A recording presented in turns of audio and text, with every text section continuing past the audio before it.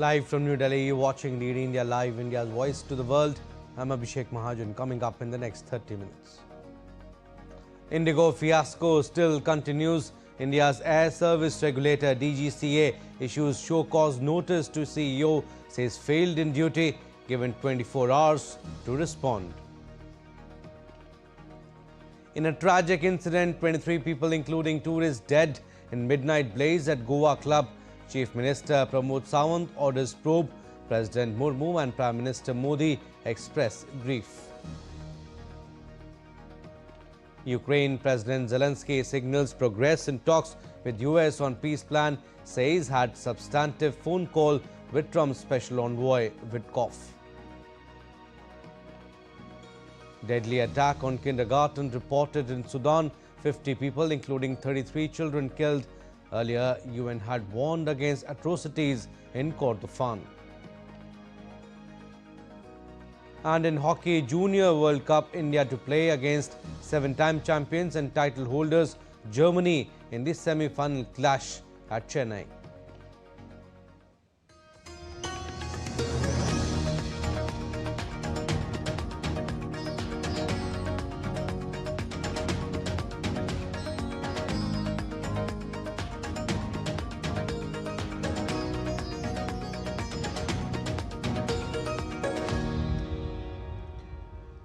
Prime Minister Narendra Modi on Saturday attended the IST Leadership Summit in New Delhi, where he underscored India's strong economic momentum. Citing the recently released Q2 GDP numbers, the Prime Minister said India's 8% growth rate reflects a new pace of progress and sends a clear macroeconomic signal that India is emerging as a key driver of global growth.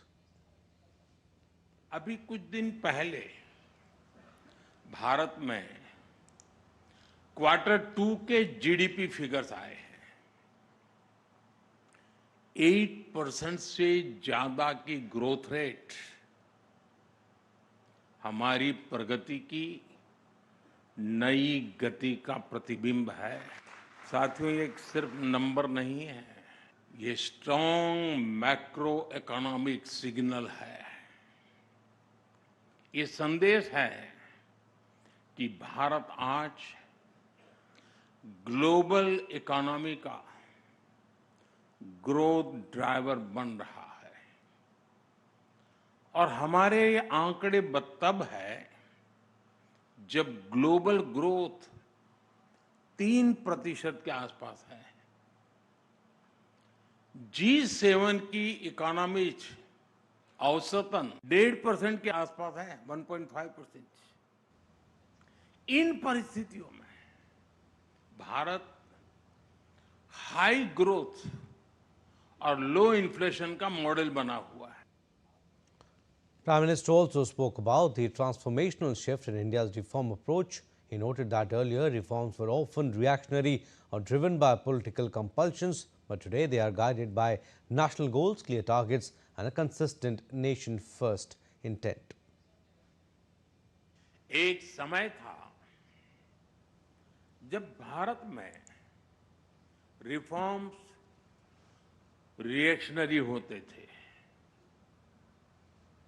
यानी बड़े निर्णयों के पीछे या तो कोई राजनीतिक स्वार्थ होता था या फिर किसी क्राइसिस को मैनेज करना होता था।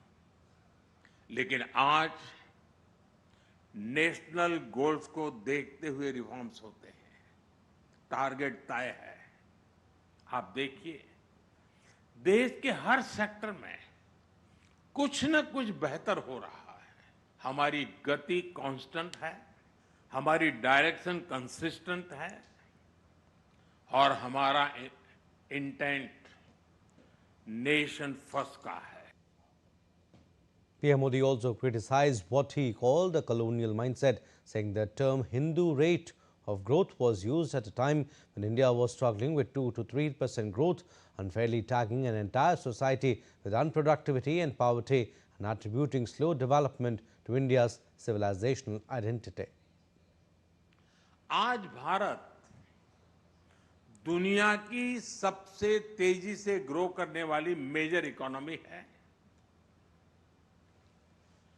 कोई भारत को ग्लोबल ग्रोथ इंजन बताता है, कोई ग्लोबल पावर हाउस कहता है।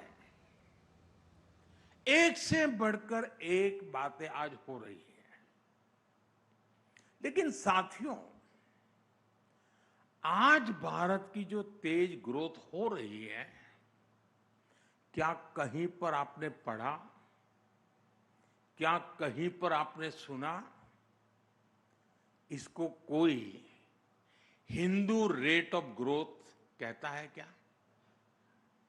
दुनिया की तेज इकोनॉमी, तेज ग्रोथ कोई कहता है क्या? हिंदू रेट ऑफ ग्रोथ कब कहा गया?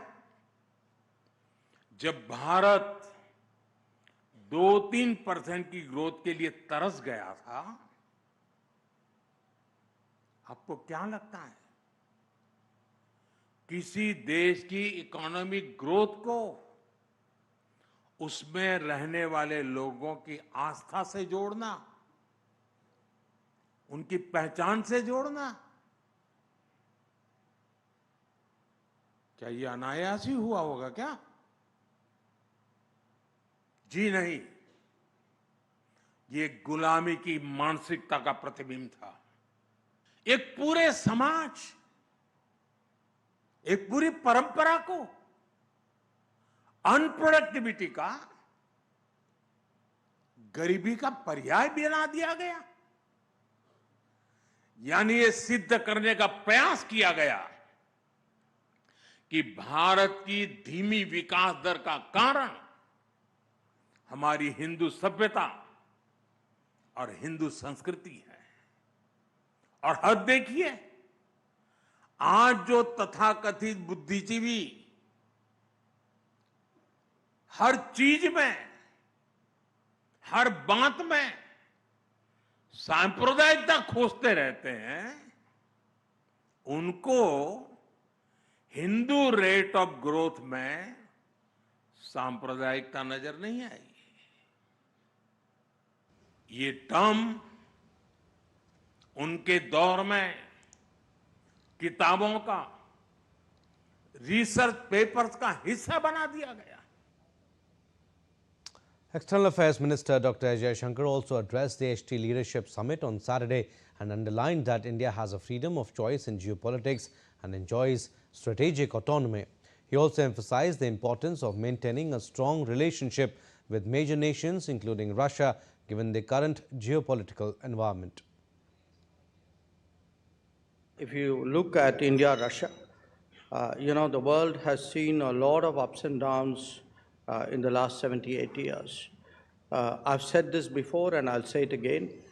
India-Russia has actually been among the steadiest big relationships, big power or big country relationships in the world. I mean, even Russia's own relationship with China or US or Europe has had its ups and downs. Our relationships with, many of these countries have had it so. But one, where Russia is concerned, and I think you can see that also in popular sentiment. There is a feeling in the streets about Russia. India and the US have unequivocally condemned terrorism in all its forms at the 21st meeting of a joint working group on counter-terrorism and the 7th Designations Dialogue in New Delhi. Officials from both the sides reviewed major threats from recruitment and tech misuse to terror financing. They strongly condemned the April 22 Pahalgam attack in J&K and the recent terror incident near Delhi's Red Fort. The meeting called for additional UN 1267 designations of ISIS, Al-Qaeda, Lashkar-e-Taiba and Jaish-e-Mohammed. They sought global asset freezes, travel bans and arms embargoes on these groups. Concern was raised over the growing use of UAVs, drones and AI for terrorist activity. The discussions reaffirmed the strength of India-US counter-terrorism partnership.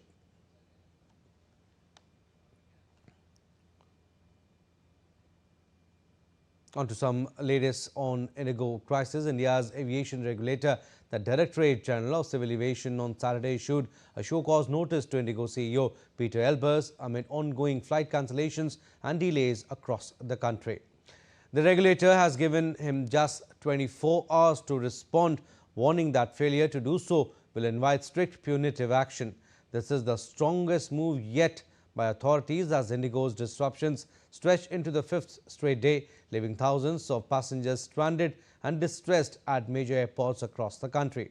The DGCA has accused the airline of poor planning for revised duty and rest norms for cockpit crew, violation of aircraft rules and multiple civil aviation requirements, and failure to provide mandatory assistance to affected passengers. Holding the CEO directly accountable, the regulator has warned that an unsatisfactory reply could lead to penalties, including financial sanctions and possible operational restrictions.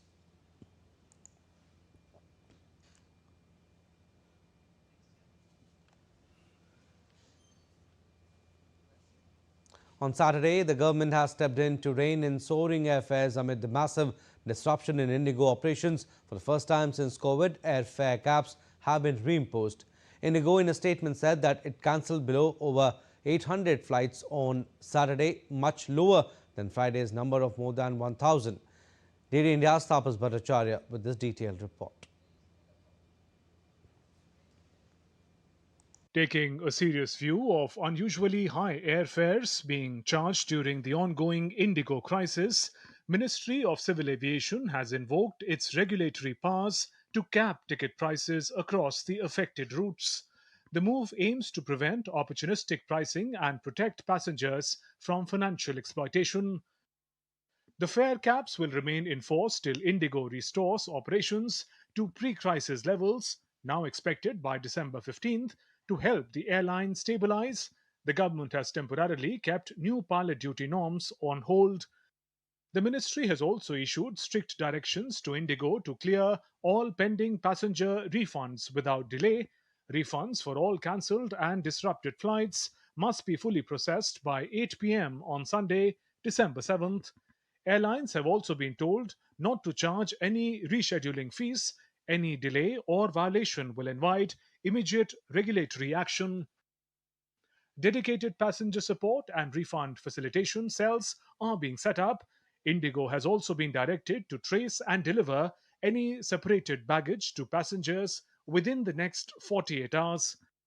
As a result, normalcy has now begun to be restored at various airports, including at airports in Jaipur, Pune, Chennai, Delhi, Coimbatore, Varanasi, Birsa Munda Airport in Ranchi, among others. Additional counters of Indigo were made operational to expedite rescheduling and cancellation for passengers at Ranchi Airport. Later in the evening, Indigo, in a statement, said it is working to bring its operations back on track across the network. Besides, airlines also added that it is addressing all customer refunds on priority. The airline said the number of cancellations has dropped to below 850 flights, lower than on Friday. Indigo, which operates around 2,200 flights daily, cancelled more than 1,000 flights on Friday. To manage the surge of stranded passengers, South Central Railway has announced 4 special trains. The Aviation Ministry says it remains in constant coordination with all stakeholders to ensure passenger safety, support, and convenience during this disruption. Tapas Bhattacharya's report for DD India. Moving on to a tragic incident occurred at a nightclub in North Goa where at least 23 people died after a fire broke out at a club on late Saturday night. According to the police, fire took place at a nightclub at Baga Beach, one of the most popular beaches in the coastal state. The fire is suspected to have been caused by a cylinder blast around midnight, said police officials. Several fire tenders were rushed to the spot and rescue operations were underway until early Sunday morning. Police said they believe a majority of the dead are staff employed at the club, including some tourists. Goa Chief Minister Pramod Sawant termed the incident a serious setback for the state and said strict action would follow. He also ordered an inquiry into the incident. जो fire incidents हुआ इसी के कारण यहाँ पे जो उनके staff और एक 3-4 टूरिस्ट जो अंदर थे ने 2-3 इनको जल के हुआ, बाकी लोग बिकॉज ऑफ द सफोकेशन उनकी डेथ हो गई. ऑल टुगेदर 23 लोगों की डेथ हो चुकी है. जिनकी डेथ हो चुकी है उनके प्रति संवेदना मैं व्यक्त करता हूँ. गोवा सरकार की तरफ से पूरी उसकी इंक्वायरी की जाएगी और जो जो कल्प्रिट इसमें हैं जो जो उनको बिहाइंड द बार्स किया जाएगा. President Draupadi Murmu expressed grief over the loss of lives in the fire incident that occurred at a nightclub in North Goa. Sharing a post to Next, she wrote, and I quote her here, deeply pained by the tragic fire incident in North Goa district resulting in the loss of precious lives. My heartfelt condolences to the bereaved families. May they find strength during this difficult time. I pray for the speedy recovery of those injured. Unquote.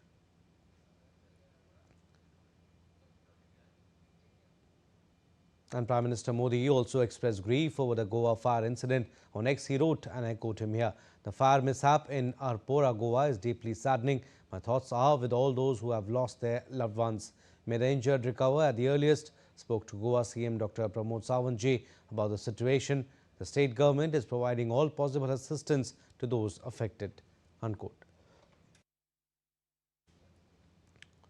An ex gratia of rupees 2 lakh from Prime Minister's National Relief Fund to the next of kin of each deceased announced the injured would be given rupees 50,000. Still to come on this edition of DD India Live. Venezuela swears in 5,600 new troops amid US military build-up. Hundreds of thousands of people rally in the Mexican capital in support of President Claudia Sheinbaum. And in sports, India thrashed South Africa by 9 wickets to clinch the ODI series 2-1.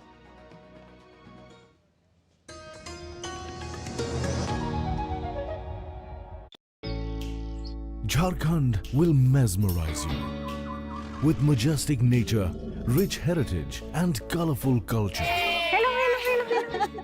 Johar. Johar. अरे it fits perfectly. Thank you.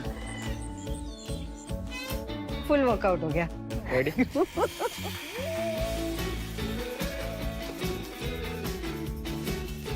Postcards from Jharkhand on National Geographic.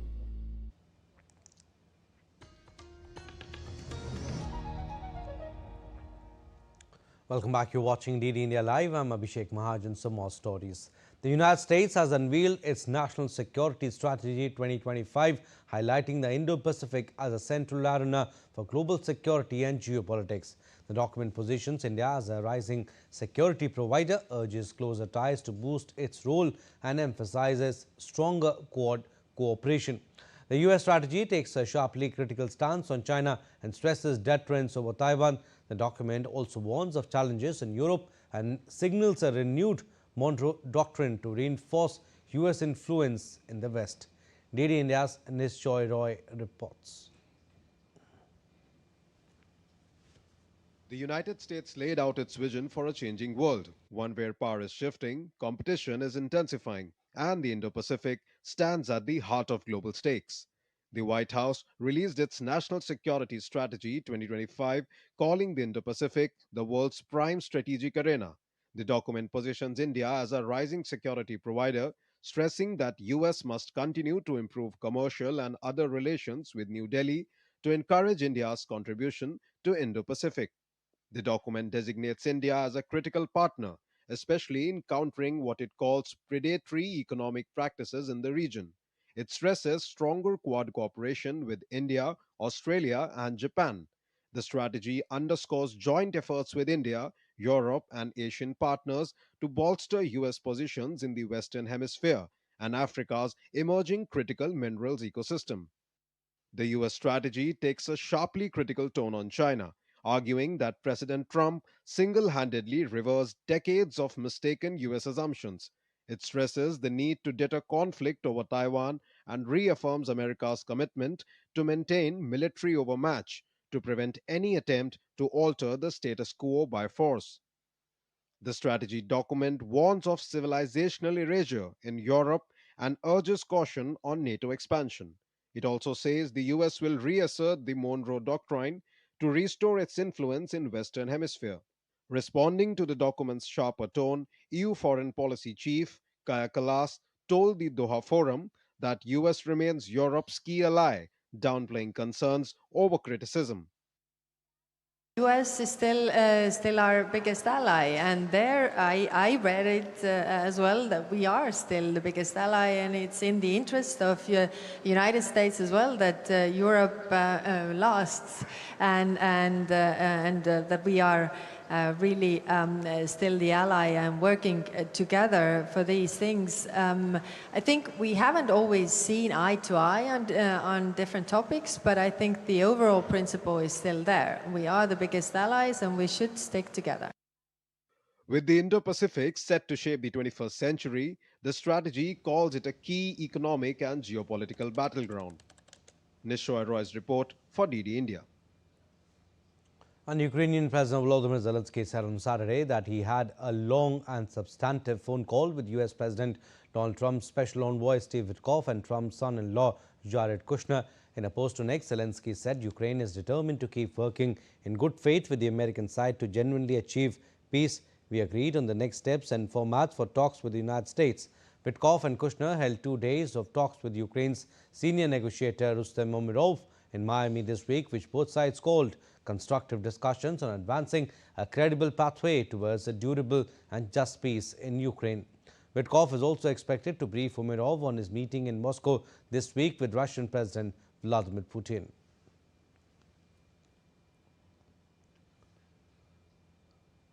A drone attack by the Sudanese paramilitary forces hit a kindergarten in south-central Sudan, killing 50 people, including 33 children. UN had warned against atrocities in Kordofan. Paramedics on the scene in the town of Kalogi in South Kordofan state were targeted in a second unexpected attack, Sudan Doctors Network said in a statement. The authorities condemned the attack, blaming the paramilitary group, the Rapid Support Forces or RSF, for the strikes, calling them a flagrant violation of international humanitarian law, including the protection of civilians, especially children, and vital civilian infrastructure. The death toll is expected to be higher, but communication blackouts in the area have made it difficult to report casualties. UNICEF urges all parties to stop these attacks immediately and allow safe, unhindered access for humanitarian assistance to reach those in desperate need. Now, U.S. troops were seen coming ashore in Ponce, Puerto Rico amidst a U.S. military buildup in the Caribbean. The ongoing buildup comes after months of U.S. pressure on Venezuela, including strikes against alleged drug smuggling, both threats of military action and the designation of Cartel de los Soles as a foreign terrorist group. U.S. soldiers and military equipment were seen coming off a military ship in Ponce on Saturday. They are expected to be stationed in Camp Santiago, where military exercises are taking place. Now, the Venezuelan army swore in 5,600 new soldiers on Saturday as the United States cranks up military pressure on the oil-producing country. President Nicolas Maduro has called for stepped-up military recruitment as the United States deployed a fleet of warships and the world's largest aircraft carrier to the Caribbean under the pretext of combating drug trafficking. American forces had earlier carried out deadly strikes on at least 22 vessels, killing at least 83. Washington has accused Maduro of leading the alleged Cartel of the Suns, which it declared a terrorist organization last month. Maduro asserts the American deployment aims to overthrow him and seize the country's oil reserves. Colonel Gabriel have said that under no circumstances will we allow an invasion by an imperialist force. According to official figures, Venezuela has 200,000 troops and an additional 200,000 police officers.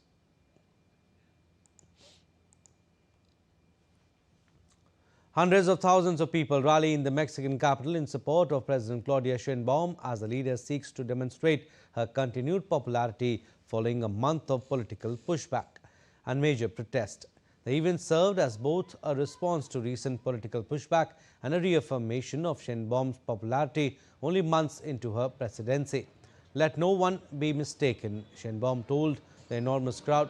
The demonstration underscored the president's efforts to show that her mandate remains strong despite mounting opposition and recent protests challenging her administration's reforms. Cricket now. India thrashed South Africa by 9 wickets in the third and final one-day international in Visakhapatnam to clinch the ODI series 2-1. Opener Yashasvi Jaiswal hit his maiden one-day international century as India crushed South Africa by 9 wickets. Chasing 271 for victory, India rode on Jaiswal's unbeaten 116 and his opening stand of 155 runs, with Rohit Sharma, who hit 75 runs to achieve the target. Virat Kohli hit the winning boundary to return unbeaten on 65 of 45 deliveries. Rohit got past 20,000 international runs during the knock to be only the 4th Indian after Sachin Tendulkar, Virat Kohli and Rahul Dravid to achieve the feat.